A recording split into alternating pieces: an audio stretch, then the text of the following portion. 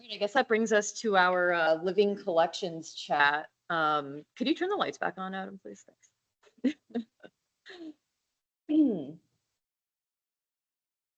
So when the GCC program first got started in 2020, it was focused on plant groups that were, they're considered recalcitrant species, so they're difficult or impossible to keep in long-term storage in traditional seed banks. They can't really be desiccated and then frozen and survive.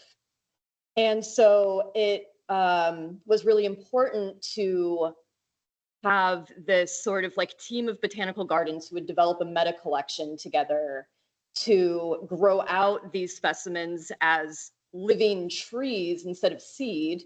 And because trees take up a lot of space, it's kind of impractical to just have, you know, one or two gardens or arboreta sort of holding that collection.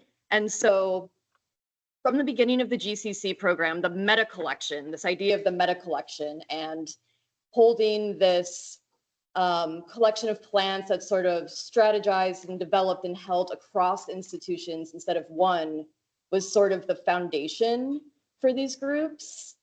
And that is obviously going to be a little different for us with ash. You can traditionally seed bank ash. And although ash does have some species that are kind of just intrinsically rare due to having, you know, restricted ranges, a lot of our rarity now is more so, you know, they're not quite rare yet, but they're becoming rare, and it's due to pest and disease issues.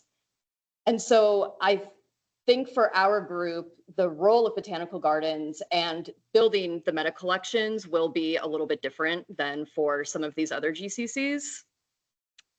And I thought that I could maybe start this conversation by bringing in Kira. Are you there? Yeah, I'm here. Okay, do you want to talk a little bit about the work that your lab has been doing with your garden experiments? Yeah, and I've got just a few little slides just to give you guys a visual of what I'm talking about. All right, can you see that? Yes. Okay, cool. So yes, we have established a common garden for Fraxinus nigra, black ash. And for those of you that may be not familiar with a common garden, the goal of this type of experiment is to plant populations from across a species range in different environments. So that way we can compare their performance when they're all growing in a single location, and any differences we observe are going to be due to genetic differences and might reflect historic selection pressures as they evolve in these different environments. So we're interested in this for black ash. It is a very swampy species, very water loving, and we're interested in how its adaptations may change across environments and how that is going to impact how it responds to future climate change. So all of these gray points are places where we were able to get seed accessions. And just to plug the importance of ex situ collection, all of these seeds were collected either from the National Tree Seed Center in Canada or from USDA's GRIN, or I think it's now the National Plant Germplasm System. So none of this would be possible without 30 years of prior work collecting all of these seeds. So we're very lucky that there's already this much established seed accessioning for Fraxinus nigra. And we have now set up 3 common gardens spanning kind of the latitudinal range of the species. So we can use kind of that space for time substitution when thinking about future climate change. Our southernmost garden, right on the edge of the species range, is here in State College, Pennsylvania. Our mid-latitude garden is in central New York, with SUNY ESF. And then our northernmost garden is up right outside of Quebec City in collaboration with Natalie Isabel and LFC. And those numbers on the side for any, quantitative geneticists in the room who are interested are just some quick stats for our populations and maternal families within each of those populations. And this is just a snapshot of what our greenhouse looked like last spring before we planted these out. We planted a total of just over 22,000 seeds, and we produced 9,000 seedlings from that. So about a 40% success rate, which is not bad for wild collected seed. And then, yeah, we partitioned these 9,000 seedlings across these 3 locations.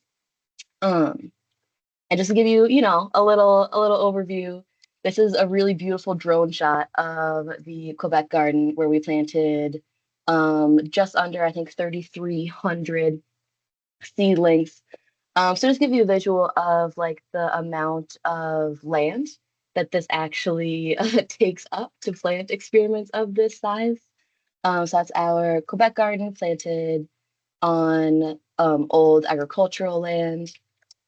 This is our New York garden. I know we don't have the fancy drone shots, but this is, an old, it used to be a maintained meadow, and now we have a lot of regrowth and regeneration, and actually a lot of ash, just natural regeneration at this site. In general, it's very wet, so we think it's going to be really good for our black ash. And then this is our Pennsylvania garden, also right butted up to woods and agricultural land. And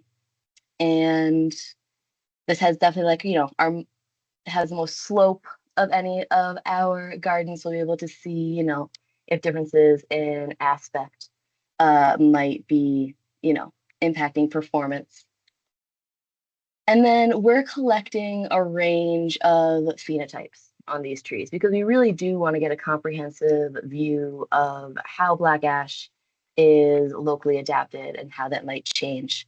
And we're doing everything from soil microbiome sampling. So we actually are characterizing the microbiome of each common garden site before we planted the trees, and then seeing how these seedlings select for different microbial associations in these different environments and how that might be impacting performance. We're looking at variation in stomata and how they may impact these trees' water use potential. We're also really interested in phenology to see if these seedlings can match the timing of their growing season in different environments. And finally, cold hardiness. We are seeing, if there is maybe a trade-off in putting your, photosynthate into getting prepared for the coming winter, or maybe you're expending a lot of that photosynthate in growth, looking at that growth, cold hardiness trade-off. So yeah, this is our living collection of black ash, and we're very excited about it. This is the first year we actually get to collect these traits as they're planted across these environments. And yeah, hopefully this will just be able to give us a good idea of, climate adaptation for the species. And I do also just want to plug, we know that these garden sites are going to be infected by EAB at some point. And I do think this provides a really nice natural experiment for us to be able to see how all of these different populations respond to EAB infestation and how that response may vary across the landscape. So it's an opportunity to maybe test resistance and see if that holds up in different environments. But yeah, that is all I've got, but I'm happy to answer any questions. If anyone's interested in growing black ash, especially at this scale, happy to talk about that anytime. Is one of these common garden sites at the, is it the Botanical Garden or the Arboretum at Penn State? I can't remember which one no? It is not. It's at one of our sites. Okay, I realized my gotcha. camera wasn't on. Gotcha. Yes, it's at one of our experimental stations, just so we had enough space. It's about It took about 5 acres to plant all of that. So we needed, yeah, a lot of space. Yeah. Well, does anyone have any questions for Kira? I have a couple. Yeah, go ahead. Um, does anybody know about if there are mycorrhizal associations with Frax nigra? That's question one. Because I haven't looked, I'm just curious. I also haven't looked. I do not know. Okay. I suspect there may be some with, well, there are some in literature with Americana and Pennsylvanica. They're arbuscular, so they're the internals. Commonly associated with turf grasses. So if you're planting trees in turf, you might be okay. If you're in a barren field, maybe not so much. So we've had some issues that I suspect might be attributed to that, but I just thought I'd throw that out there. I have a random question for you about the range-wide genomics. Yeah. If you don't mind. Yeah. Have you seen or looked for any Excelsior signal in those in your populations? That is such a good question. Because we do have some weirdness that we're trying to figure out, and one of the ideas is maybe those could be, an Excelsior signal from planted trees. I haven't dug into it too deeply yet, but it's definitely we're aware that that could be a signal that we might get. Hey, Kira, Okay. It's not the Angus swamp in Ontario, is it? Because I can tell you- don't think so. It's we see like some weirdos in Gaspereau in Nova Scotia, and there's also some weirdness happening in Maine. So where the Vikings were. Right. We can blame that. Yeah. It's been a pet theory of mine for like 15 years. Thanks for figuring that out. No problem. Natalie, do you want to go ahead before we Yeah. jump in?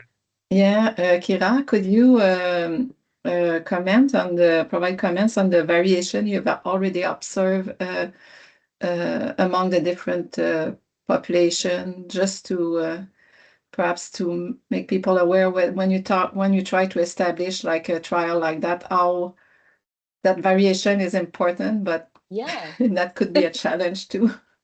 Yeah, of course. Yeah, so as part of this project, for a lot of these seed sources, we did seed x-rays with the National Seed Lab. I think Victor was on the call yesterday. I don't know if he's on today. So we've already like assessed seed morphology for a lot of these populations, and we see a lot of variation between populations, but also a lot of variation within populations.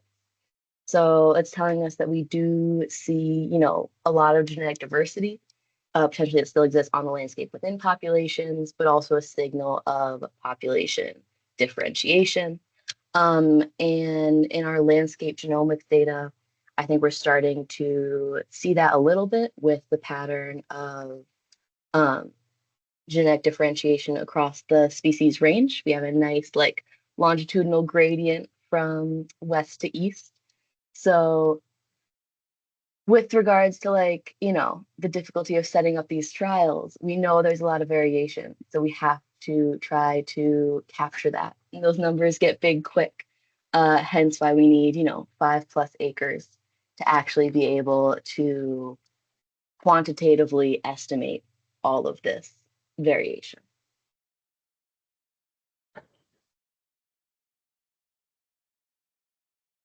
Can I? Yeah. Yeah.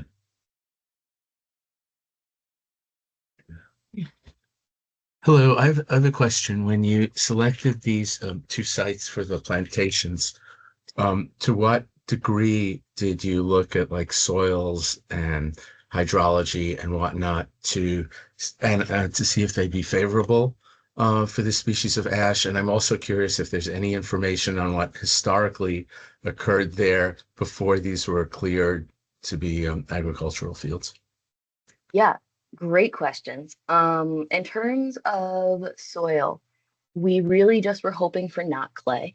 Because we know, especially we talked to Dave Carey before we, established these sites, and he's like, they really don't like clay. So that was step number one.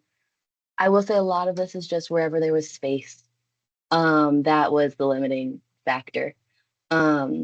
So yeah, we will have a understanding as part of us doing that soil microbiome testing, that we are going to get an idea of like the exact soil composition, then variation between sites, but also within sites. So we will be able to characterize that. In terms of site history, I know for the Pennsylvania site, it's been a research plot for a long time. And there were like conifers planted there at one time. There's been willow planted there. And like to account for that variation within that site, that's why we have multiple sort of blocks or replicates within our common garden. And then I'm less sure about the New York and Quebec sites. Natalie might have a better idea of what was at the Quebec site before it was an agricultural field, but I'm not quite sure. Thank you. Yeah. I just have a super quick question and comment. Then I'll pass this over. So since we have Kira and Natalie here, I don't know if folks know that Natalie is the wonderful Madam President of the North American Forest Genetics Society, whose conference is conveniently June 15th to the 19th in Quebec City, Canada this year. Any chances that for folks who are interested in planting or growing black ash that we might be able to sneak in a private tour? Yes, Of course. Absolutely. Yeah. Thank you. Kira, I was just really interested in you briefly commenting on the microbiome, kind of how you're approaching that and what type of data you're hoping to get and what questions you're asking with the microbiome work. Yeah, thanks. I think that was Meg. Yeah, so like I said, we're characterizing the microbial diversity at each site before we planted any of these trees.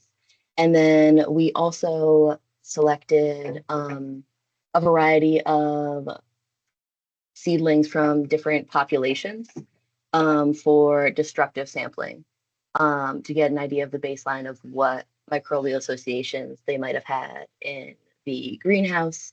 And, maybe those are coming from, the microbiome from the seed or what have you. So we have a baseline for the seedlings and a baseline for each site.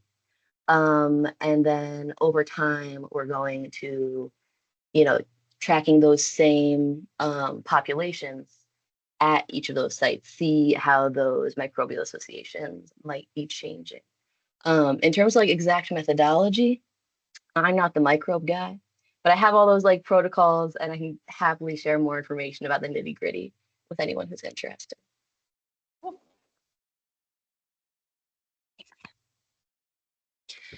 Kira, thank you for sharing your research. This is Jess Gaylor at the Chicago Botanic Garden. And my question is kind of more of the management of the sites. So that's part one. And then part two was, so does Penn State own the land? Do you guys have partners? How is that bigger picture? Like you obtained these specific sites and then, yeah, I guess how you manage them, especially being kind of far apart. Yeah, great question. So in terms of management, and there's like intensity. So we do mow the sites right now because the seedlings are very, very small. We want to make sure they're able to live and outcompete the grass, and that may relax as they get older. But yes, for now we're mowing all the sites. And we also did some rodent prevention. We had a big problem with voles at the Penn State site. We lost like 30% of the trees this first year. So we actually put individual metal cages around each tree. And we're very lucky. We have our labor force of undergraduate students in the summer who are amazing and helped make all this actually happen. And then the New York site is only about 4 hours away from here. And we have an agreement with folks with the American Chestnut Research and Restoration Project there, where they help us, with equipment to keep that site mowed and, occasional like hands labor help when needed. Like they helped us like plant the site. And it's my alma mater. So, we had like some ties going into it. And then the Quebec site, the Canadian Forest Service and Natalie's team help us take care of that management. And in terms of the land and who owns the land, we've tried to be very diligent about making sure we have MOUs in place for all of these sites because, yeah, we don't own the land. The Penn State site is because it's owned and managed by Penn State. It's pretty cut and dry. They're just like, yeah, you can put your trees here because you work here. And then for the New York site, the way the agreement works is that, SUNY ESF owns the land, we own the trees, and we have a permit/MOU giving us permission to, install a fence and have the trees on these land and access these trees whenever we need to. And I think that started as a 5-year agreement. And then we'll renew as necessary. Then with the Canadian situation is a little more complicated because the Canadian Forest Service is taking care of the trees, but University of Laval actually owns the land. So we're actually still working on making sure we have all the proper MOUs and permits in place. Obviously, we had permission to put the trees there, but we're thinking way long term, trying to think past our human lifespan because we want these common gardens to be a resource for a long time. So trying to make sure we have protection in place so that nobody who owns the land can just go cut down all of our trees without telling us. We don't think that obviously would happen with any of our partners now, but trying to think, when we're all not in these positions anymore, how do we make sure that these experiments are allowed to continue? Yep. So, Kira, is it Kira or Kyra? It's Kira. Yeah. Hi. So we come from several people do gardens, and we've had an ex situ nursery, not with ash, but with Torreya for the past nearly 10 years. And we had a chuckle here, a little laugh, because the first thing that we had noticed was the pine voles, and we did also lose a portion of our population there. And we had to go back in and put in metal sheeting around the mesh around the root system, which is still there after 10 years. So we're just leaving it because we can't get it out anymore. Question I do have is, what about watering? Do you just rely on the rainfall? Because where we are, we just couldn't rely on the rainfall. So we're only 10 minutes away from the garden, but we're in a wood. But we had to have tankers of water brought over. We couldn't put in a watering system. So actually, for the first 4 years, I used to go across there with buckets. It was intensive, and I had to water each plant with a bucket of water up and down a hill for this acre-sized place to keep these plants alive. It wasn't straightforward. I just want to know how you keep all of it watering so you don't lose plants through drought, because we could get drought. Yeah, great question. And I've been the undergrad forced to do things to water everything with a bucket. So I feel that pain intimately. So for this first year that they were establishing, we did supplement with water. We also don't have irrigation systems. So it was largely using tanks either on the back of like a truck or a small like UTV. We didn't have to do that at all at the New York site. It's very moist. There's seasonal flooding. And we didn't have to do that at the Pennsylvania site, but we did have to do that at the Quebec site this summer. And then moving forward, our goal is to rely on rainfall because part of this experiment in particular is, examining how these trees respond to changing climates. And we know that, a lot of the black ash range is going to get drier. So we are really interested in seeing how these different populations respond to maybe those, drier conditions.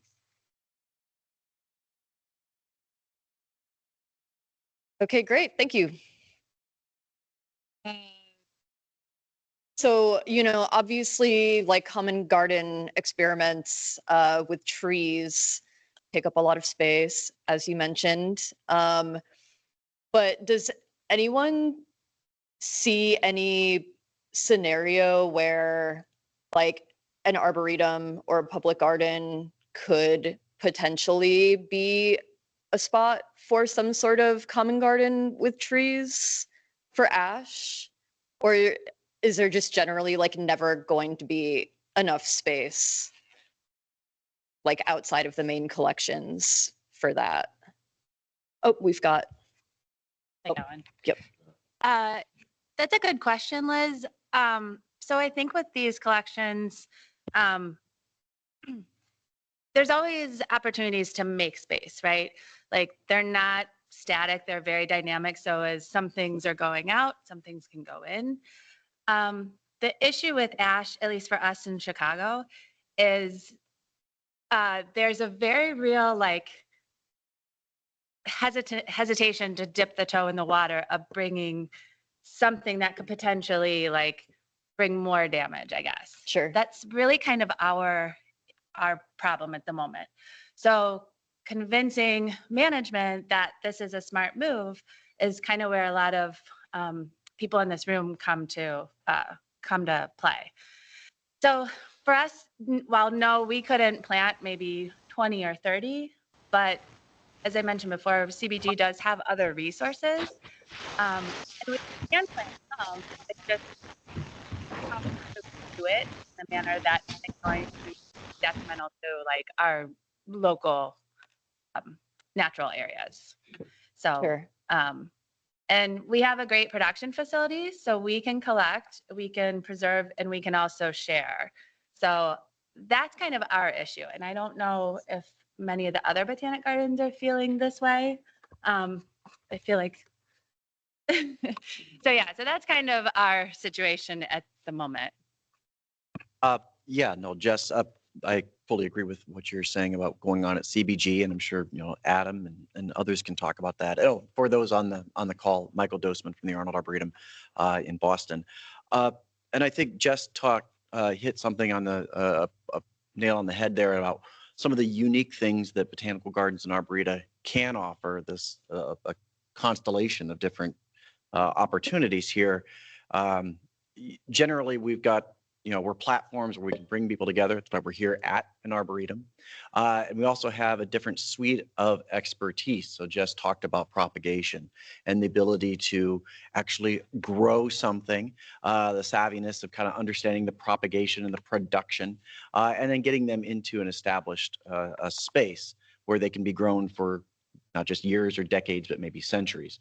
Now we're, here at the Arnold, we've got a relatively modest ash collection, about 200 individual trees, about 25 botanical taxa, 30 if you throw in some of those infraspecifics of some of the angustifolias. But, several of these, many of these are, date from the 1890s. So they're old and, we care for long-lived woody perennials. And in the case of the Arnold, we made a conscious decision before EAB showed up in order to evaluate our collection, understand what we're going to treat in advance of EAB, and then cull some of those trees that were of discretionary low value. And Jess was talking about, things are always moving in and always moving out. We replace about 3 to 4% of our total collection every year. But we, not just ash, that's the entire 16,000 trees, but we prioritized certain types of individuals within there. And so what that means is, we've got, of those 200 trees or so, roughly about 80% of those are of wild origin, representing sometimes easy to acquire things. Maybe it's a Fraxinus americana from, just 45 miles away, or maybe they're very obscure East Asian taxa that are very difficult for scholars around the world to access. And so I guess that's the other aspect of what you know, like Jess was talking about the research program that they have there at CBG, or we can think about some of the resources that Bartlett has with their laboratories here, similar at the Arnold. And then we invite the world to come to our gardens in Arboreta to study these things. And so, you know, as I think about some of the roles that we can have, is like, you know, as you know, we can easily grow. We might not be able to grow acres and acres like what, you know, Kira was talking about, but we could easily, you know, grow some of the elite germplasm, or maybe that's a different term among some of us, but different exemplars, and then grow them to large, sturdy trees that people could be studying. And then there's also that advocacy role about being, you know, because we're public facing, and the awareness that I think gardens can help, you know, amplify messages. So I think there is a unique spot for what we can do. I don't know if Adam, you want to chime in on some things that you think Bartlett or others from some of the other gardens.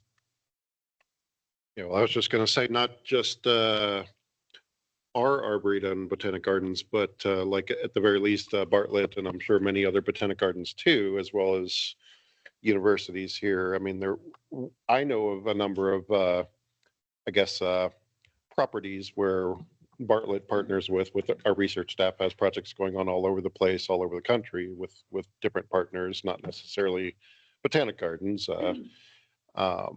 And I just know of other people too who are like approaching us saying, or at least me saying, hey, we've got this new research plot here. We got tons of space. Please use it if you need it. And so these things are around in various parts of, maybe strategic in terms of where we want to maybe be growing these things. So yeah, I mean, this is just kind of one of those other benefits of this network that we're developing here, is that we can all be talking to each other and finding where suitable places may go, where we can put in these sorts of plantings where they're not necessarily next to our valuable collections that we want to be preserving. Tim Tebow, I see you have your hand up if you want to unmute yourself.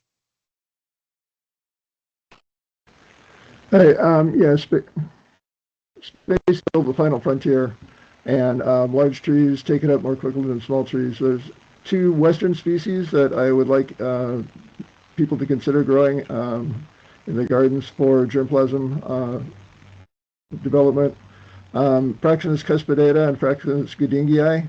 Cuspidata, I think, will be much easier for you eastern folks. It does get some elevation to it, and can handle should be more cold hardy for you.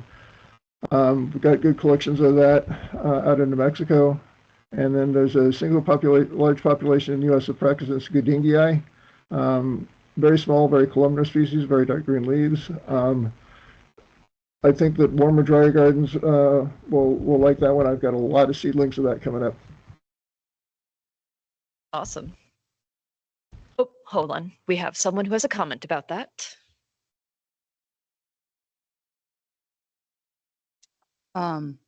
We had trouble. We had a few, I mean, the southern gardens, probably for those, we had trouble with them outside in Ohio. Those two species, we had a few in Ohio. The other thing is we have worked in the breeding program for a long time with Holden Arboreta and also with Dawes Arboreta in Ohio. And Holden's been fantastic. Not so much, we don't have ash there, but we have a beech.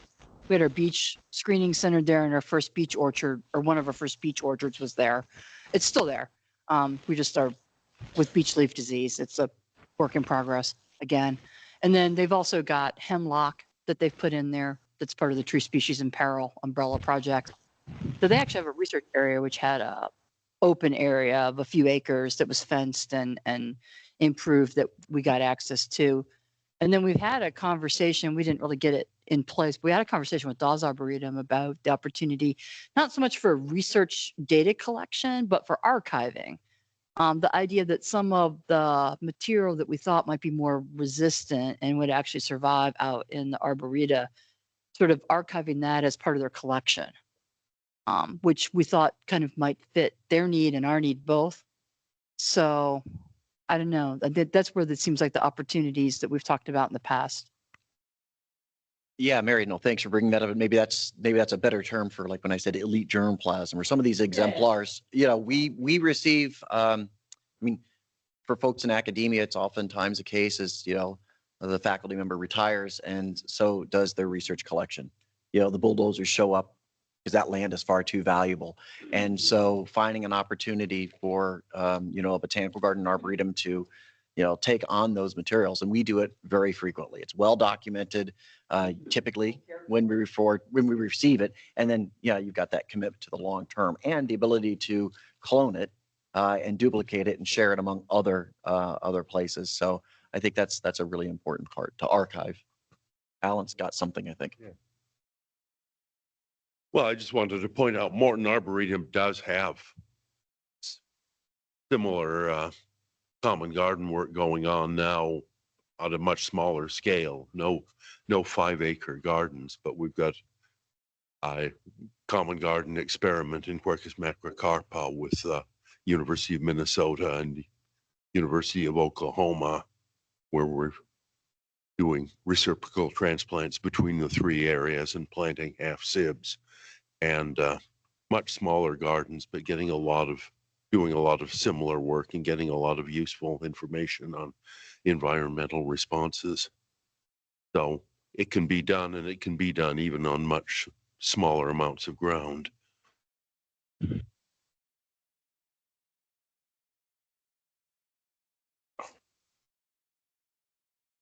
Hi, this is Natalie Love from the Chicago Botanic Garden. And I think one thing that might be useful for us to talk about, especially in terms of thinking about how living collections can contribute, is like what are the questions that people have and how will that influence the management of those trees? So if it's like a common garden of all wild collected individuals, that might be hard for the garden to care for and manage, knowing that that's probably going to bring a lot of EAB. But if it's trialing trees from breeding programs, right, that might be more resistant. That might be a different question. So thinking about like what are the different types of projects or types of trees that we're interested in planting in botanic gardens and trying to match that to the resources that we have available. And then the other thing I was going to say is kind of along the lines of what Adam said, is that Chicago Botanic Garden has been, we also have limited space. So we've been thinking about how do we leverage space that our partners have, especially in urban environments. So we've been working with campuses of universities and going to try and expand into working with the city and also the Parks Department to plant trees of conservation concern to kind of extend the meta collection beyond the Botanic Garden. And so I could see, especially for perhaps some of the trees that are more resistant or trialing them or things like that, we could leverage some of our partnerships to do some of that work. And that also comes with kind of the public facing advocacy. The people will be interacting very directly. The public will be interacting very directly with those trees in spaces. So there's an opportunity for kind of outreach in those places. Hi, everyone. This is Jay Gack from Trees Louisville. This ties actually really nicely into what Natalie was just saying. Well, botanical gardens might be limited on space as an organization that plants a few thousand trees a year. I mean, we're constantly finding space to plant trees. Well, we might not have the capacity to do the research some of the more research-focused organizations here do.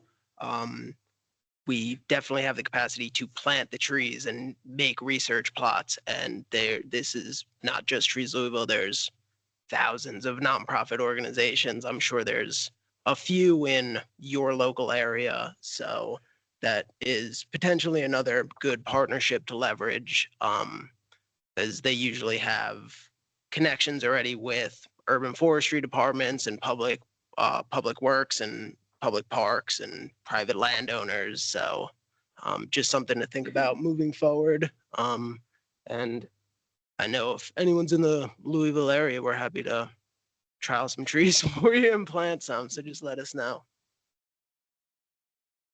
2 quick things from me. This is Zane again. The first one being just a quick plug for some of the other ongoing research at Morton Arboretum. Nate Marin's lab is doing a lot of tissue culture at the moment, and introducing a variety of species from all across Eurasia and North America. So I think this is something to sort of look look toward maybe here in the near future as things scale up and as those protocols can be shared. Just thinking about that, being able to clone trees and have them on their own roots is always an important consideration. And so just wanted to plug that, but also maybe a comment for Liz. I think from this conversation, what I'm hearing is that we have a lot of folks with varying capacities, and it sounds like we need a really good list of what everyone's interests and capacities might be, as well as maybe a separate list of things that people think need to happen. Like Tim had just mentioned, it would be wonderful to have more plantings of species like Fraxinus cuspidata and Goodingii more broadly in areas that it could be planted.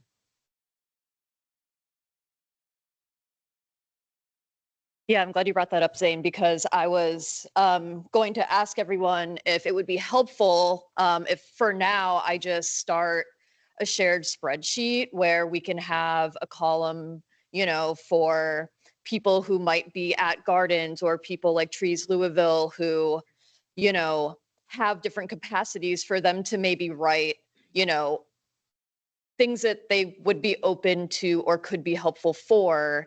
And then, you know, we could have another place where, like you said, people who are looking for that sort of thing can also maybe write what their needs are. So basically, yeah, the various sectors sort of listing out who they are, like what they could offer, and also like what their needs are, and then start from there. And like the Padlet was just a temporary thing sort of for the meeting.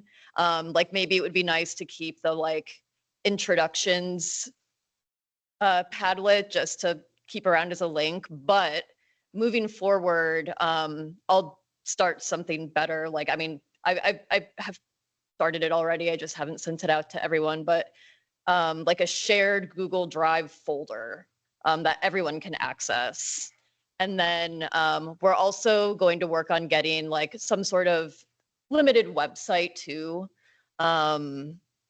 But yeah, definitely a goal is to have a shared resource and a space where people can, you know, upload their own documents, and just having these lists of names and ideas and capabilities. And then also obviously, like if someone right now is trying to develop something and you want to reach out to the group, like I can send an email to the listserv, like whenever you want.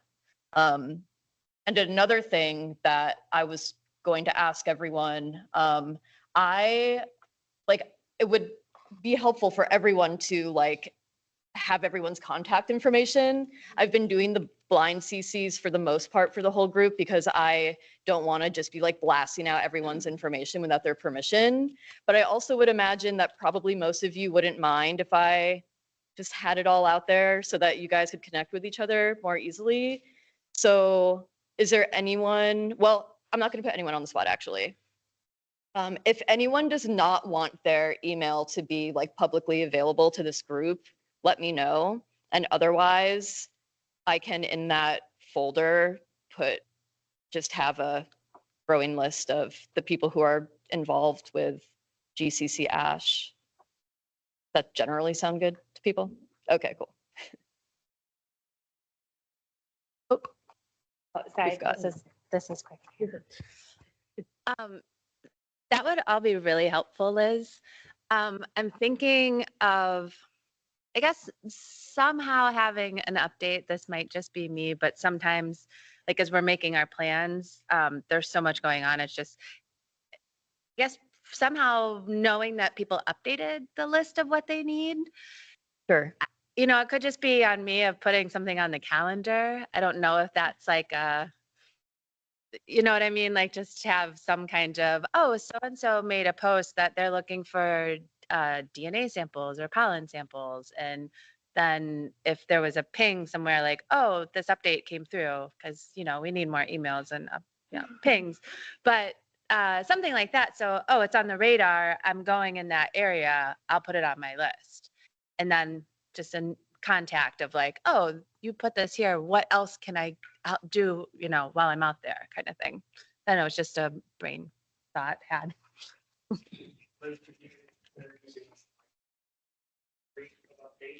Yeah, absolutely. Yeah, I was just going to say I can absolutely just build that into my calendar of, things to regularly do and send out these updates and make sure that everything is up to speed and everybody's up to date. So, I think for a list of people who are in the GCC ASH, it would be really helpful to have, email, maybe region, so that, if people are Western or Southeast and people need to contact people for field work, but then also like areas of expertise and if they're in one of the working groups, just so that it's really easy to filter to find the people that you might need to contact for various things.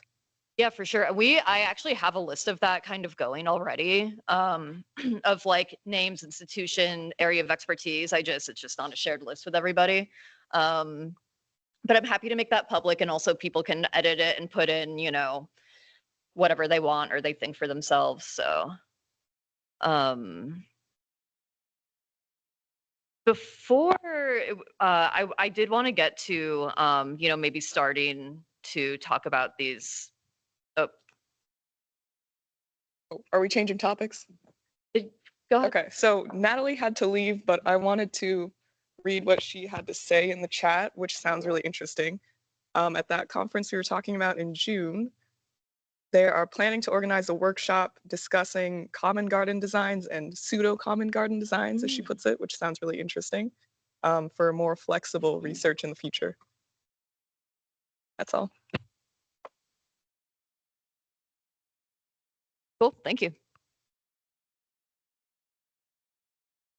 I just mentioned that I'm going to throw you under the bus. Jason's coordinating a document for the Tree Species in Peril ASH group on plantings. So we can coordinate or tag on. There's no use to do it twice from the scratch. So, sure, thank you. I want to say really quickly, if you want more information about the conference, it's nafgs.org. Everything is there for that meeting. Yes, nafgs.org.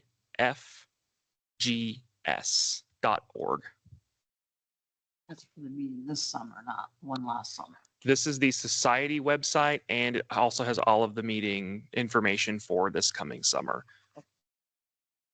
You wanted to add, Jason? Is there anything that we haven't brought up as to how botanical gardens can help support like research or conservation for ash that we haven't already sort of discussed from someone who is more on the... Okay, we got Jess. I just, general comment, some of the questions for Kira kind of were directed towards site selection.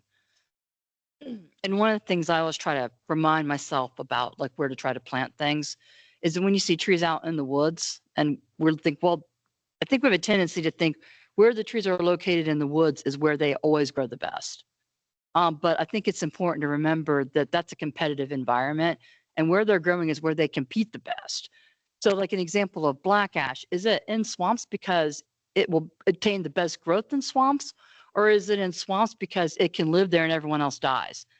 And so I think we have to, if you get so far afield, we're going to make mistakes and have failures, but black ash can grow well in lots of, and we're not looking at a dry soil, but if you have a fairly wet soil, and certainly all kind of hydric soils it does well on, it doesn't have to be flooded.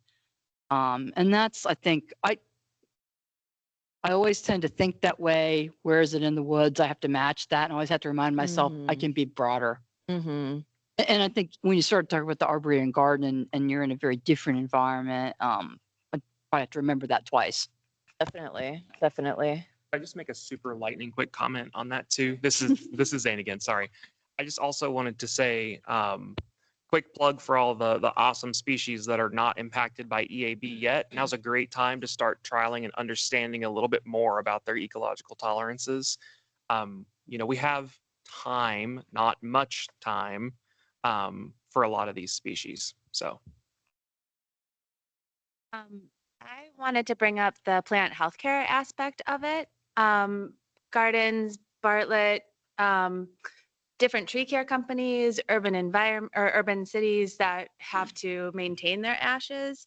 There's lots of data behind like how they apply. I don't know how this might actually play into this research, but I think it's valuable information to have. Like I know our plant healthcare team works very closely with Chad and Bartlett in general and a couple other tree care companies. But they've got so much data on how they apply and when, and I think somewhere that could be valuable, even though we're trying to back away from trying to apply a lot of imidacloprids. I think it's still valuable information. So I'm so glad that you brought that up because, and I know you want to say something, and I'll hand this over to you in a second, but Jeremy, and I know it looks like Matt's not here anymore, but so he is an entomologist here at Bartlett, and him and Matt, and I haven't actually talked to you about it, Jeremy, but Matt was, because I was asking Matt, you know, like what is something that you've sort of gotten out of like, you know, this last day of meetings, and he was like, the way that everyone is talking about treating EAB, it's like all about trunk injections, but like the way that us as like, you know, pathologists and entomologists and the people who are treating the trees speak about this completely differently. Yeah. And so I want to hand you this microphone in a second because I think it'd be really valuable for us to hear all of that. But did you want to say something real quick first, Adam, or? Okay, go for it. Yeah, and like the thing that Matt and I were discussing a little bit is a lot of states, excuse me, have begun to ban products. So like a lot of states are banning the neonics, and in some cases they'll leave exemptions for invasive pests of woody plants. Sometimes that's defined, sometimes it's not. Sometimes it requires an emergency order that's in place for a year that then expires. So it becomes a really complicated network of what's even going to be permissible within, you know, neighboring states. And that's just from the imidacloprid standpoint. From the injection standpoint, you know, that's a in perpetuity kind of treatment. 2 to 3 years is kind of the conversation of like, if you're willing to take that 3rd-year risk versus being risk averse. But the injections obviously are requiring more time, a more expensive product, a little more expertise. It becomes a little more challenging to consider that with the fact that it is in perpetuity. There aren't any products, you know, seemingly in the pipeline that would be a great replacement.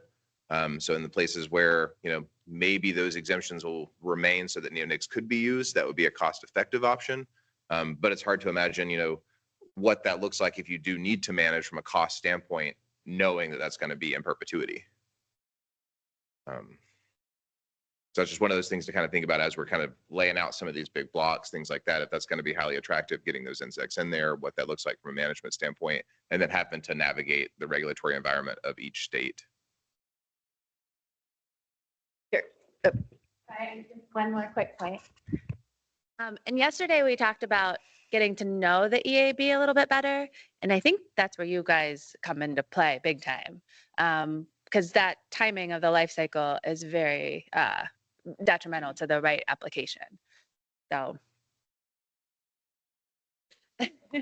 Yeah, the only other product that we didn't really mention is like the RNAi type stuff. So like University of Kentucky's been doing some interesting work on that front, and it seemingly is a, you know, water-based product that could be applied to the bark of the tree. It's taken up kind of systemically. Maybe you get something like 30 days of control, which would be sufficient for, say, the, you know, egg hatch window. Caveat being, it works well in these small lab studies. Can we scale that up? You know, can we mass produce a lot of these, you know, molecules like that in a cost-effective way? I don't know that we're quite there from a commercial standpoint, but there are some interesting products on that front that would be hyper specific to the pest. But how they may move in different plants and how long they may persist would be something we'd have to kind of start from the ground up with.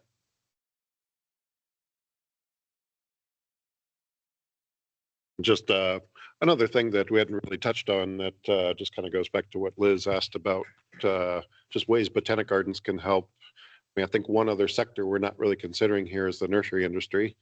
And not just for growing cultivars and just mass producing plants for the landscape, but propagation expertise. I mean, there's, I think it was Meg early on when this was all coming together, I think had mentioned that some researchers want to be looking at like some of these lingering ashes, but the hiccup for them is they're not propagators. They can't graft these individuals to make replicates for research.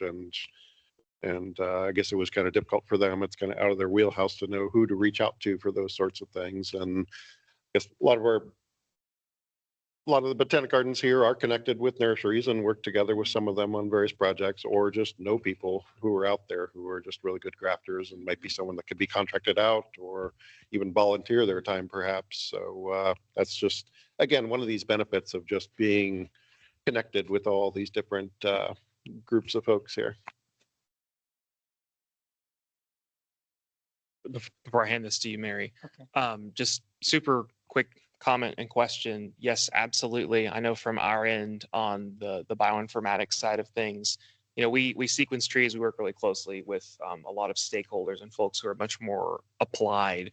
But yeah, I mean, we can do a lot in terms of the genetics, but thinking about how do we actually get these trees into a planting is something we are painfully ill-equipped to even know how to go about. So connecting with folks like Adam is magical. But I saw a comment in the chat from Lee Greenwood about RNAi and social acceptance. So maybe if Mary wants to make her comment and then Lee would kindly chime in on some of her perspectives, that might be great. So we've been looking at softwood cutting protocols for these trees too. And Aletta Dorn, one of our Holden embedded associates, has really been the lead on that. So she's been working really hard on, we went back in the literature, we found some old protocols. They're working fairly well for green ash, not as well for white ash, and more or less not at all in section fraxinus. So we're working on that still, but I'm curious what the capacity for like softwood cuttings is in the arboretum garden, and what you know about the nursery partners as far as, is that something that's got more capacity in the grafting or about the same?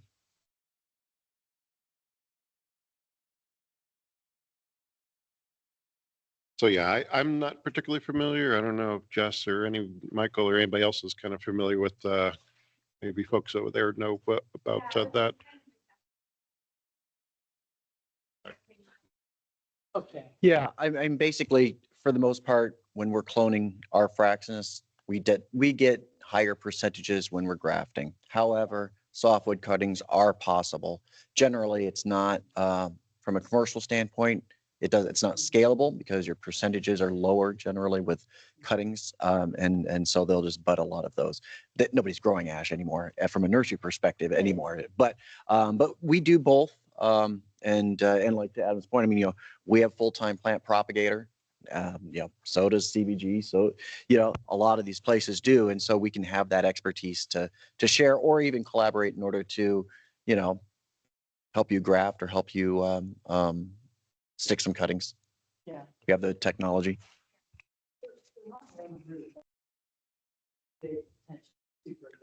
Yeah, that's what I was going to. Big deal.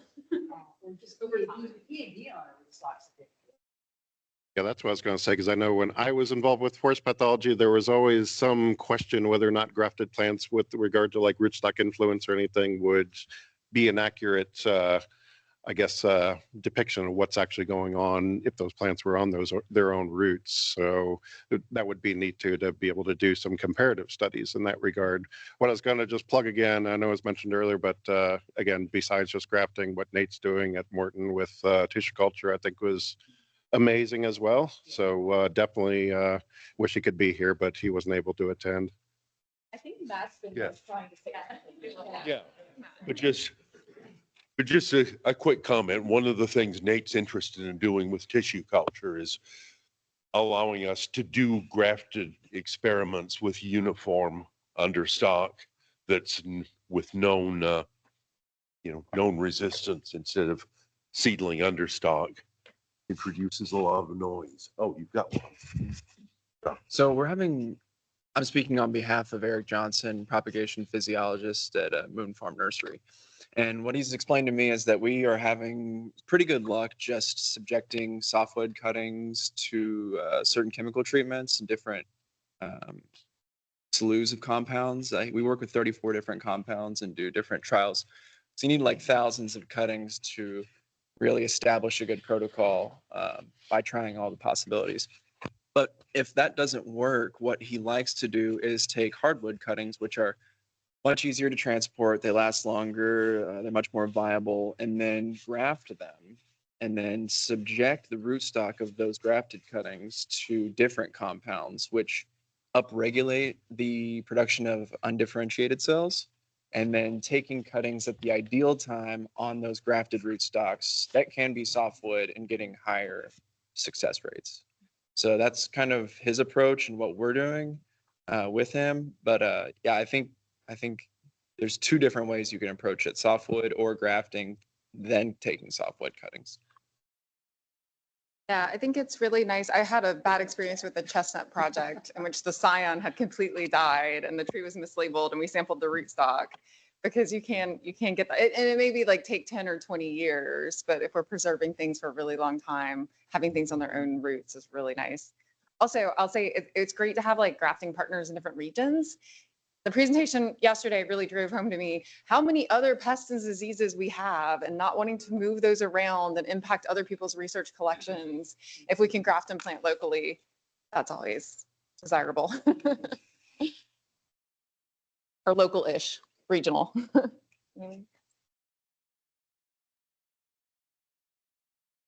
Okay, I don't see anyone eager to comment or question on that so far. I guess bringing it back to like what gardens, how they should be thinking about treating their collections. Because when I first sent out the form just for people to see if people were interested in joining this like Fraxinus group, I had put in a little comment box about, you know, is there anything that like you're particularly like, if you did come to a meeting in February, like what would you be interested in hearing about? And I had a few people asking about best practices for plant healthcare in ex situ collections. And so one comment I got was, we are treating our ash for emerald ash borer, but we struggle with the decision of whether to simply remove and end the costly and time-consuming treatments or to preserve them, and how to choose which ones are the highest value to preserve. How do you define that value, especially for cultivars? And so I know like we've heard throughout these discussions that we don't want to be cutting down all of our ash if we don't have to, because that's how we can sort of like maybe find these lingering ash if they're not like a hazard. So I didn't know if there were like other specific thoughts that people had like related to this. Not a thought from me, but I would love to, sorry. This is Zane here trying to pass the mic to someone else. Lauren, maybe you could speak to sort of this human dimension, since you're doing so much with black ash and the other kinds of value that some of these trees bring to. Yeah, I wasn't, because I know you mentioned cultivar specifically, so then I was like, oh, I'm out of this now. And I guess too, we're trying to speak to landowners about more educating about these values. And I know that this is very specific to black ash specifically, so it's kind of a little bit more of a narrower range. But just trying to, you know, maybe even like help landowners kind of have like a flow chart of like, do I remove these trees based on like, is there any damage potential to buildings or people? Can we leave them here? We're working a lot on trying to just like educate about the cultural importance of black ash to Wabanaki people, to the general public, so that even connecting basket makers and harvesters with people who are landowners, and maybe you're like, if you do have black ash, would you be willing to have people come and harvest that ash for basket making and making those connections?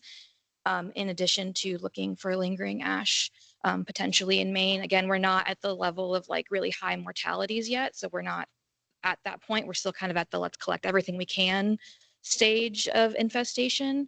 And then also just trying to get, now that it's been in the area, kind of trying to get a pulse on attitudes towards ash management. And like, are people, now that it's been around for a little bit longer, are they more wanting to just go ahead and cut things down and not continue that management?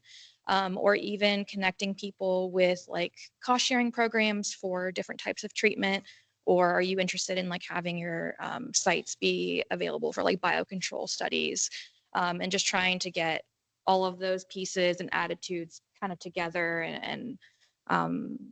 It's hard to, when it is just such like a, I don't know, just like identity tree, right? Where you can't really untie it from the community. So making sure that people are part of what are their concerns, those concerns are being heard when we're taking management into consideration. Lauren, that's a great perspective.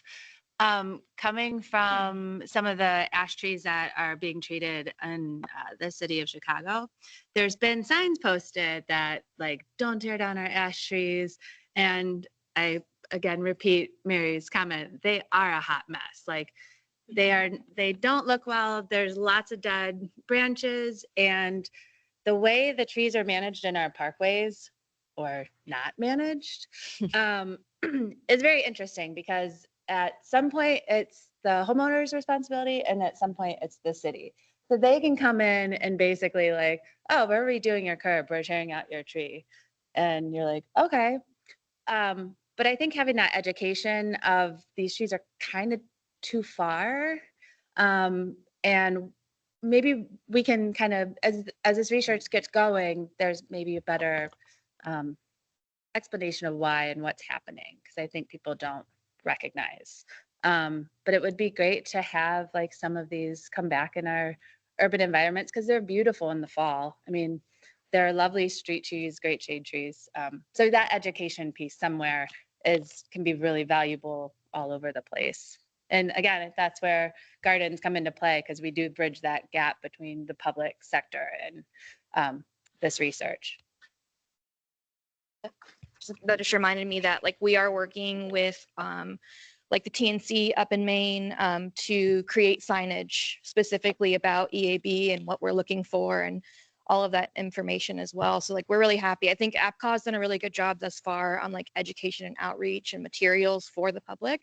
And so I definitely want to like be able to share that with this group, and that maybe be beneficial for the situations. It's also a little weird in Maine because the land ownership is a little bit different, a little bit less public lands, a lot more private land ownership, and then we work a lot with land trusts specifically. So I think it'll be different in each region, but I think that there's a lot of opportunity for awareness that we could work on too.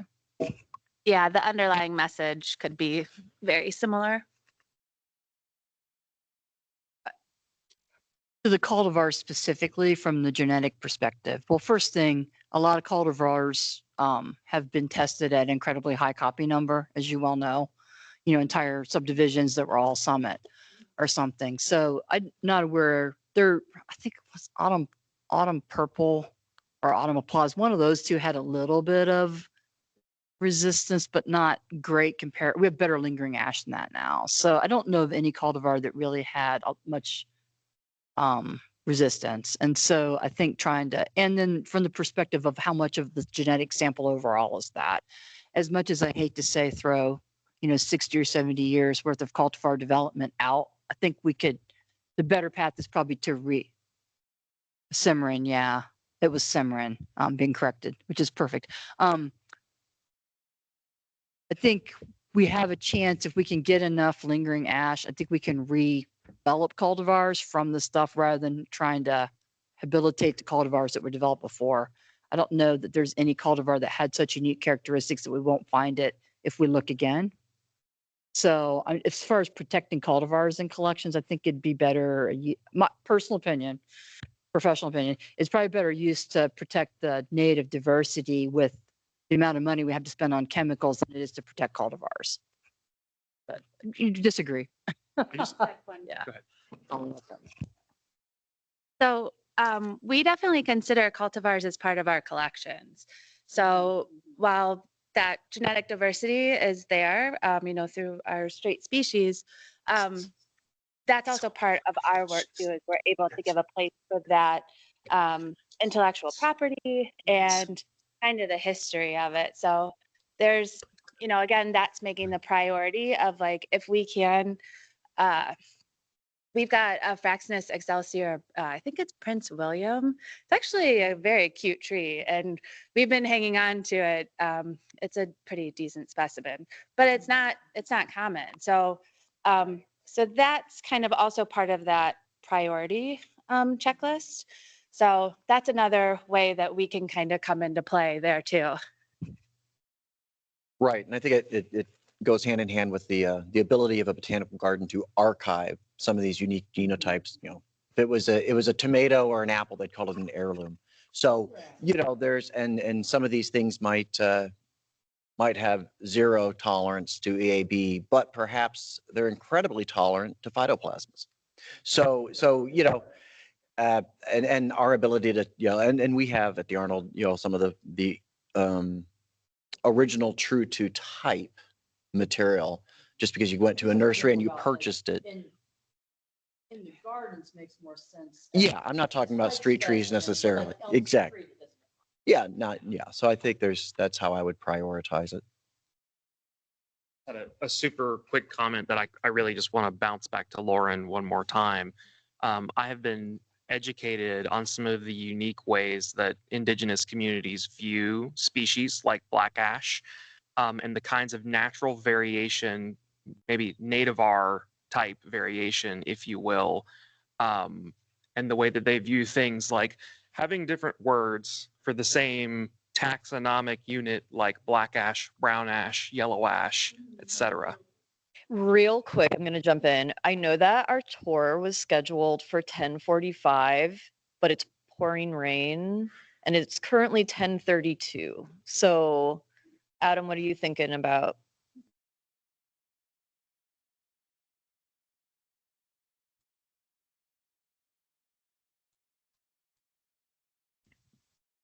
Just a quick thing here from Jonathan and Radka that we're going to have to leave really soon. Just one quick question we had, which is there's been reference to working groups, and we'd certainly love to work on probably several of these groups. So I don't know how those are being formed, but whenever that's available, you know, we'd love to share our expertise and in any ways that are useful and learn from other folks similarly. So we'd like to, you know, at some point find out the logistics of that.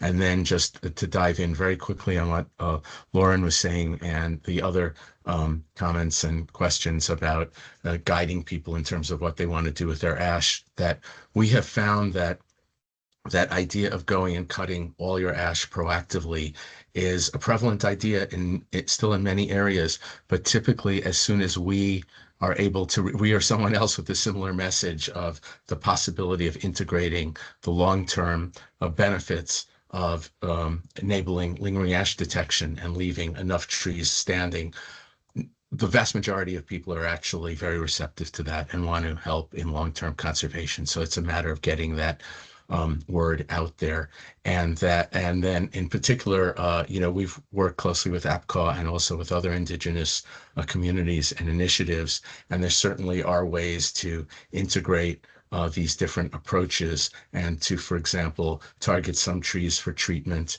some trees for harvesting as basket trees, those trees that have the particular qualities to, you know, lend themselves for having basket material harvested from them, and other trees left for lingering ash, you know, potential lingering ash material collection and so forth, and leaving the lingering ash in situ as well, and potentially also chemically protecting them to enable them to persist longer.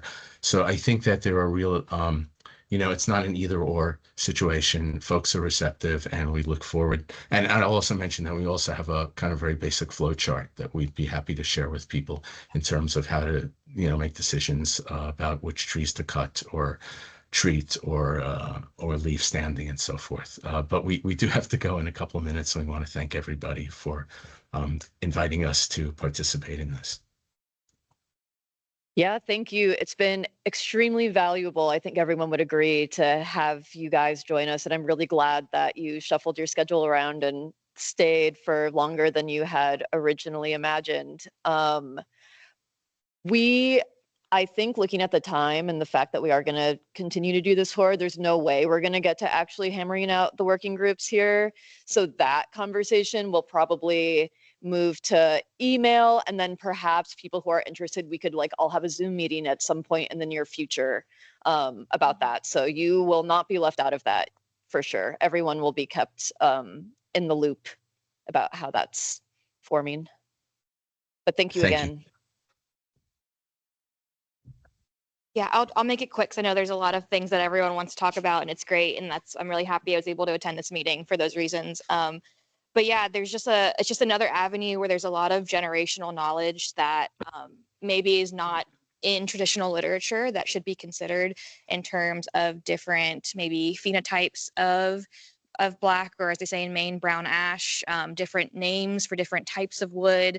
I was just speaking with the basket maker who showed me, he's like, oh, this is actually, we would call this a yellow ash, even though it is black ash, just based on the qualities that the wood showed after harvesting the tree and peeling the bark. And, you know, I think it's also important to specify that like maybe 1 to 20% of all black ash trees are considered basket quality. So this is not something that it's just like we preserve black ash, we probably have a basket quality tree. There are specific traits that we need to make sure that we are understanding if it is a genetic component or environmental component. And, you know, too, depending on the basket maker, you'll go to this tree and you can tell by the qualities of the wood, was it making more of a utilitarian basket or something that's more of a fancy basket?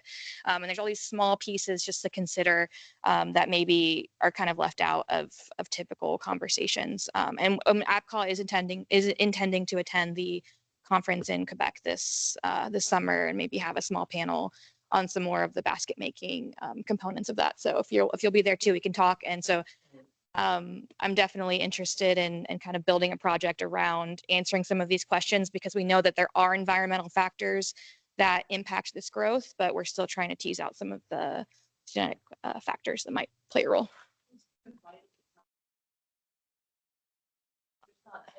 Yeah, no.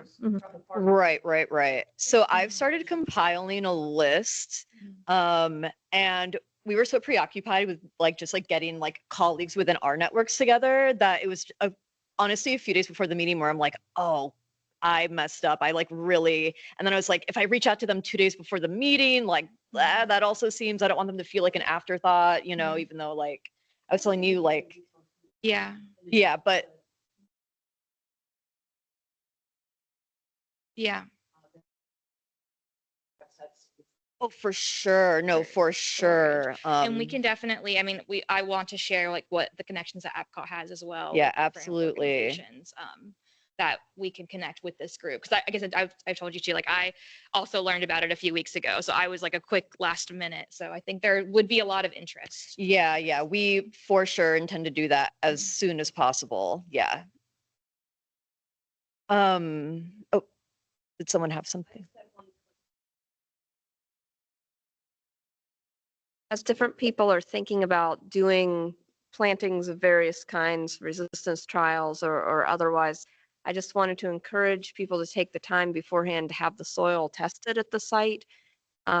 We really got burned by that with the American Elm Breeding Program with one of our plantings in a local Metro Park site, old agricultural field. It was growing calorie pear just fine, so we thought, sure, it'll probably grow elm, but the soils ended up being extremely just wonky in many ways, and we've had to do a lot of fertilization and soil amendments and various things just to keep this trial of thousands of trees alive and growing to get it through. So save yourself a lot of misery and do a quick soil test before you move forward with a big planting project. Elicit one comment. So this is not a comment from me. This is a request. Jeff, I can see that you're online there, Jeff Karstens. Would you mind to maybe just briefly chat about capacity at GRIN for seed collections, other things, thinking about maybe some of these yellow ashes, for example, that may happen to be mother trees. What capacity do we have within our broader government framework to try and preserve some of this germplasm? Thanks for the question. I guess I would answer that by saying that there's always an option to have seeds deposited into a seed vault, regardless of where it's at. It's always easy to get the data into the database, so at least that can help communicate with everyone as to what has been collected and where it came from, looking at the maps.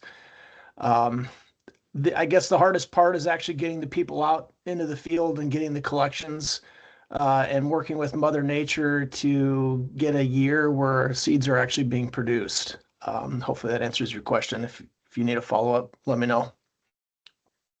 Actually, Jeff, I have a quick question. So I'm pretty sure after talking to a couple of folks that the USDA is going to do the domestic plant exploration funding program again for the upcoming year. I know that in order to submit a proposal, you need to be sponsored by a curator. And I saw that you actually used one of these grants to do some ash collecting a couple of years ago in the Southwest. Would you be someone who could sponsor us, like sponsor a proposal for collecting ash seed? Yes. Okay. I might reach out to you to talk about that at some point in the near future. I think this is also potentially a way that Botanic Gardens can help support efforts, which is that, you know, we have a seed bank at the Chicago Botanic Garden and we can have backup collections in our seed bank. We have the capacity for that. And also grant writing. We have many people who write grants and we can help support there as well. Yeah, another thing that I wanted to mention to the group is I am happy to help with writing grant proposals. And that's also something that, like, if there's like a larger collaborative project that people want to do, like we can also have like groups that are working on things like that, like writing like larger grant proposals together. So keep that in the back of your head. One question that I wanted to ask the group, maybe particularly like the people who are working on ash research right now. So at Botanical Gardens, we have a really good plant record systems where we track all sorts of data, accession level data, but also like individuals within accessions. So we have space built into our programs to be keeping like all sorts of health data, treatment data, stuff like that. And, you know, maybe this is something you can't answer now, but it would be better for you to think about. But are there certain types of data that we could be collecting on our specimens that are just like in our living collections that could be helpful? Or something. That's a great question. So we're actually going through a fun process of merging our horticulture data and our science data in Brahms. For, you know, as the garden grew up in the last 50 years, we've had multiple databases that didn't talk to each other very well. So this is a very good point where Natalie and my research and horticulture accession data is coming together. And we have same questions. So you're right. We do go out in the field, we collect a whole slew of it, but as we're sitting here thinking, like, what else could we be doing? So it's kind of trying to find those common ties. So like, for example, our seed accessions, our living plant collections, herbarium, et cetera, they all have different accessions or ID numbers. I know, I see your face, Michael. So this was years of just not overlapping departments until recently. So yeah, so that would be great if like we could figure out how to do that in the beginning of this joint work. You know, maybe like as we come together with a like a researcher that wants specific DNA, we come on agreement of like the I guess the collection number that ties things together. That's usually the unifying piece of the puzzle.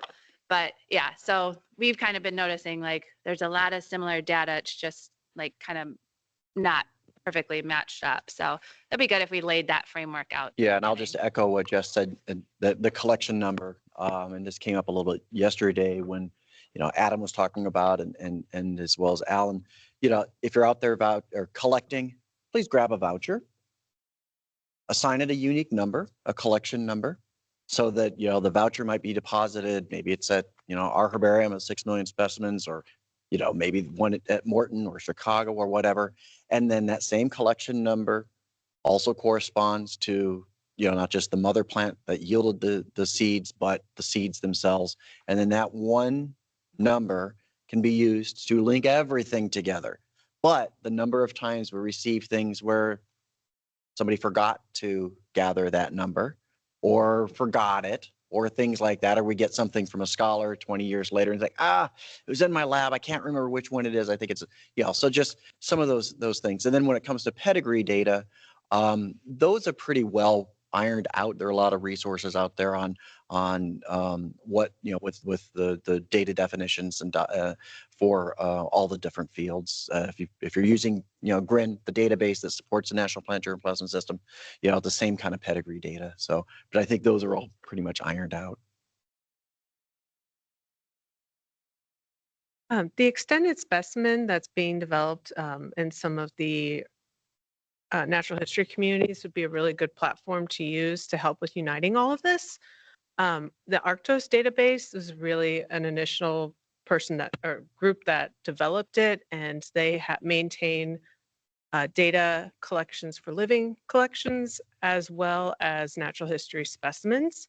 And a lot of that is being integrated into the Symbiota platform, where you can list other collection numbers that are linked to the specimen, and also having data fields where you can have it linked to the GenBank ID and other resources.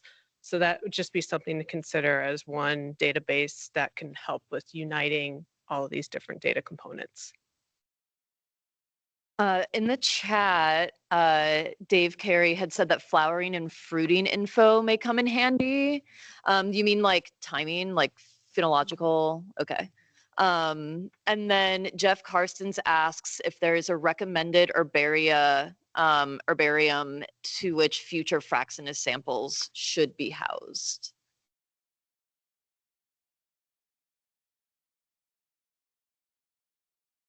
I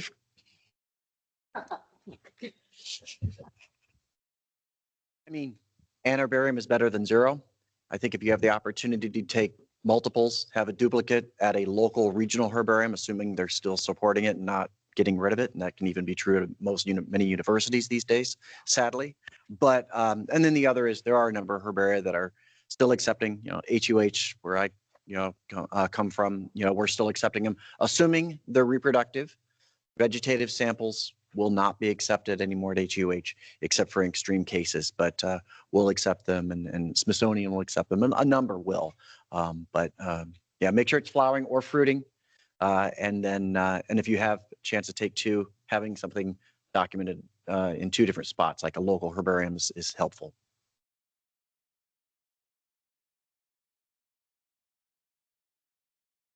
Oh, Elaine. Oh.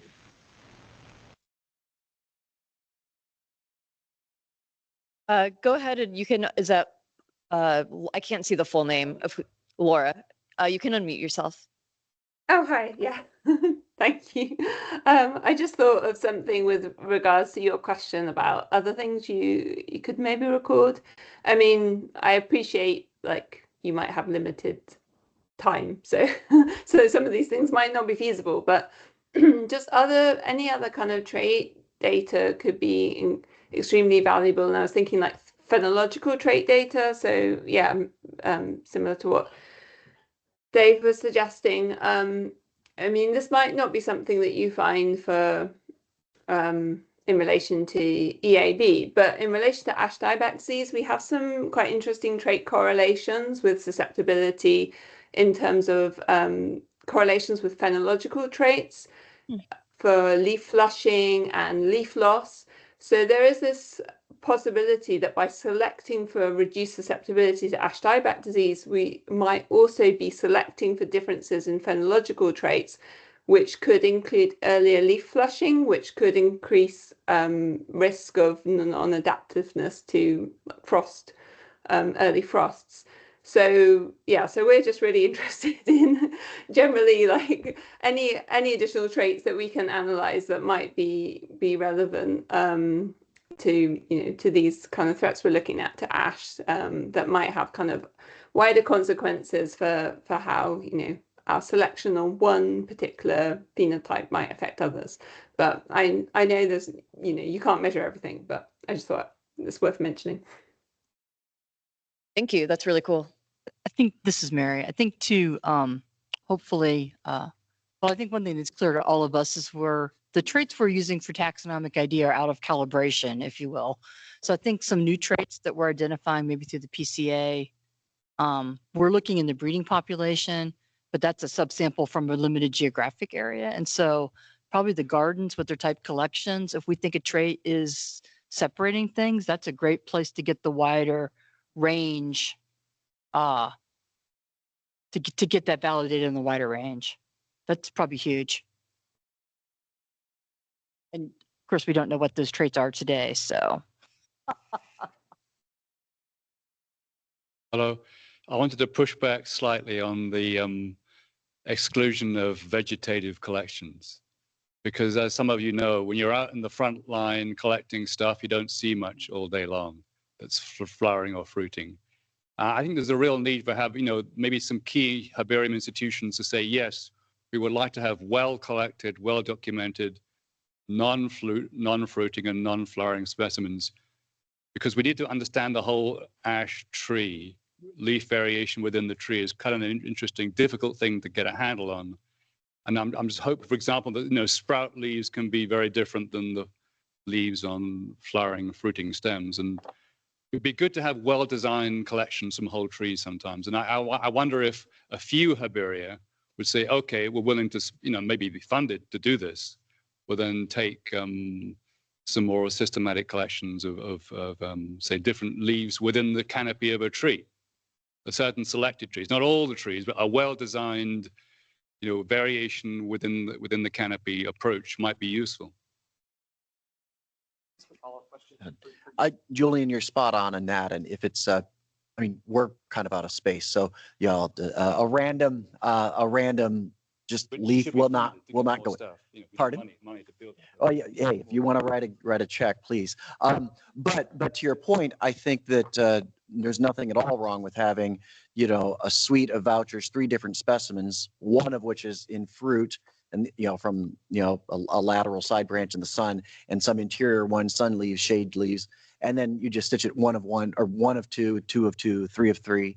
Or if I even said that right. Anyway, all in one. And then I could easily accession all of those in the herbarium, but not just the one, vegetative leaf. That will not be accepted unless it's got a flower or fruit as well. I just have a direct quick follow-up question to that, because I know for Fraxinus, this is, for some of the Melioides in particular, this is kind of a concern, because males flower before they leaf out. And so we automatically end up biased. If we're focused really on reproductive specimens, it's either 2 trips to get the appropriate voucher material, or it's females only. And so that's just something that, I don't know if you have any perspectives or suggestions for how to handle that. I would love to. No, I mean, it basically advanced scouting. We were talking about this yesterday, with respect to collecting germplasm. But yes, if you have the opportunity to get out there and, late winter, early spring, and catching some of those things in flowers, so you can get males and females to voucher them, and then go back and collect the fruits from those female trees that you flagged and tagged. It's labor intensive, but maybe you were talking about if there is an established network where you've got eyes and ears that are out there in order to monitor, then, that can pay off. So that might be the strategy. This would be great to spell out when we work on a shared resource that's sort of like protocol for collecting like seed and herbarium specimens. So one thing that a working group can begin to hammer away at soon. I feel like we should probably wrap this up because I know the tour takes a while and lunch is at noon. So I don't want to, Adam already thought we hadn't scheduled enough time for the tour with it being an hour and 15 minutes. And now we're getting to the point where it's going to be, well, about an hour. So was there anything pressing that anyone online or in person wanted to say before we completely wrap this up? I have just one real quick thing, Liz, and this came up, the first one of these I attended at Purdue, a long time ago, was where is Major League Baseball? Do they care? And for those, and at the time, nobody did. And I didn't know if anybody in this group, we've looked a little bit and kicked some tires and nobody responded. But the big question is, hey, they can still make baseball bats. The big trees are still alive then. I haven't asked a question since then, but has anybody else around here? The rumor is they cut the crap out of that county in Pennsylvania and put the billets in a warehouse. So they've got 20 years worth of billets, so they don't care. That's the rumor. I don't know. I don't talk to Louisville Slugger, and then they've also they figured out they were having the problem with the hickory and maple back splitting, and they're cutting the billets at a different angle. And I think they've got to where they split, but they don't fly apart and kill people and hit people. So I think that the alternate bats and the storage, I think, was their solution, is what I've heard. So we're not expecting checks. Right. Well, if we ever were looking to amplify a message, and there are a lot of Major League Baseball parks and miners out there. If you're looking about just talking about ash resources, and I do know, my own White Sox or Red Sox. I'm sure the White Sox. Or are you a Cubbies fan? Or oh, okay. Well, there might be ways to partner with local teams, even for small money. If those kinds of resources were welcome, and maybe we're flush with money and we don't have to worry about it.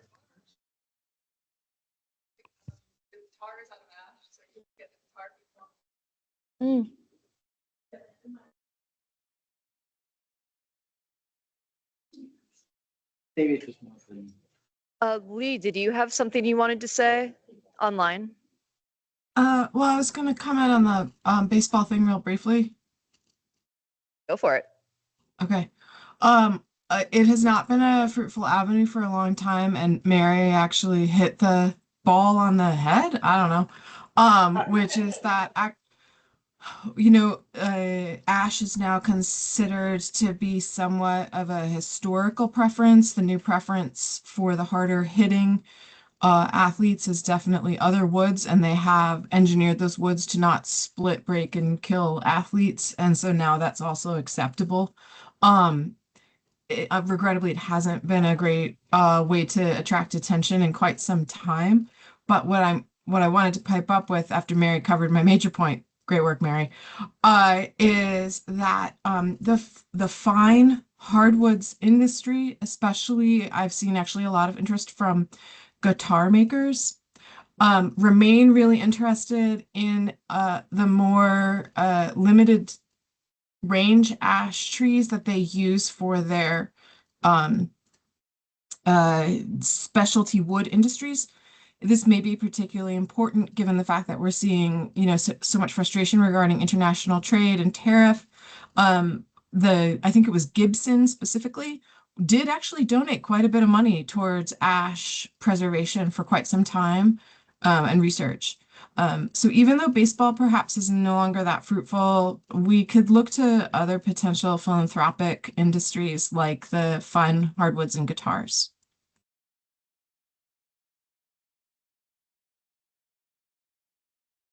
Oh, we got someone who has a comment about that. Thank you. Jake again with Trees Louisville. Being from Louisville, we wouldn't have done our due diligence if we hadn't spoken to Louisville Slugger. It's pretty much the same sentiment everyone else is echoing. Hasn't really gone anywhere, but we keep kind of hounding them, so we'll keep everyone posted if anything changes on that end. Okay, real quick. Adam just whispered to me that he's afraid that an hour just like isn't that much time. And so he's proposed that we take a vote with the people here in person as to whether we want to just talk for another hour and do the tour after lunch. But I know a lot of people are probably leaving, like they have flights and stuff. So think about it for like 5 seconds, and then I'm going to ask you to raise your hands for your decision. Sink in. Okay. Who wants to take the tour now and it's just a little bit shorter? That seems like the majority. So I guess that means we really need to wrap this up now. Oh, wait. I think we could. Honestly, I think we could. Yeah. Okay. So sorry for the unceremonious goodbye here and wrap up to this meeting. But again, I'm just so appreciative for everyone who participated, those online and everyone in person. I think that I probably speak for all of us that we've had really great discussions, and we've made a lot of new connections, it seems like, and maybe we didn't get to some of the specific goals of like hopefully creating some working groups and identifying some priorities, but I think we're well on our way to doing that at least.